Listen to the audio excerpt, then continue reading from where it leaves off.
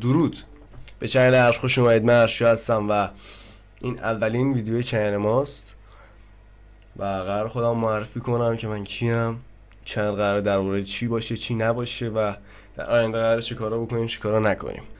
خب اول از همه خودم شروع میکنم. من ارشیا هستم، 17 سالمه و تو تهران به دنیا اومدم، اما اصالتا رشتی ام. من فعلا همینه به ذهنم میرسه، خلاص شده خودم توضیح دادم.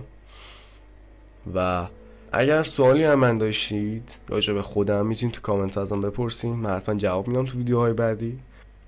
و یه بایوگرافیک خیلی کوچیک بودم. من اصولا به دوربین اونقدر عادت ندارم.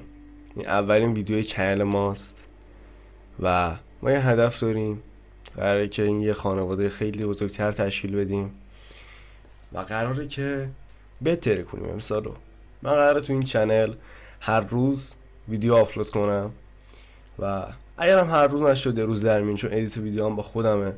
اصولا تو سبک بازی داستانی هم و این چنل کلا پایه بر گیم های داستانیه. بعضی اوقات ریاکشن، چالش های مختلف، بعضی اوقات هم ولاگ. ببینیم چطور میشه، ببینیم چی کار میتونیم بکنیم. ما قبل از همه اینا من بگم این چنل کی درست شد. من هولوشو فکر کنم 4 سال پیش این چنل درست کردم و من پابجی موبایل بازی میکردم. بعد از این مدتی دست کشیدم و این چنل هولوشو فکر کنم 3 ساله داره اینجا خاک میخوره. اومدیم بهتره کنیم و قرار اتفاقات خیلی خفنی بیفته با کمک شماها. امیدوارم که از این سبک ویدیوهایی که من گفتم خوشتون بیاد. خوشحال میشم اگه ویدیو من لایک کنین، کامنت بذارید و چنل منو ساب کنید. اگه دوست داشتید اینستا منم فالو کنین، من تو دیسکریپشن حتما میذارمش.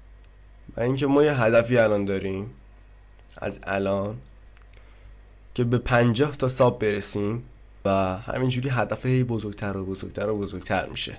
این ویدیو فکر نکنم اونقدر ویو بخوره، اما خواستم این ویدیو رو بگیرم که اگه تو ویدیوهای بعدی اگه ویورامون زیاد شد یا سابمون رفت بالا، اگه کسی خواست که ببینه من کیم یا چیم یا این داستان این چنل چیه، بیاد این ویدیو رو ببینه.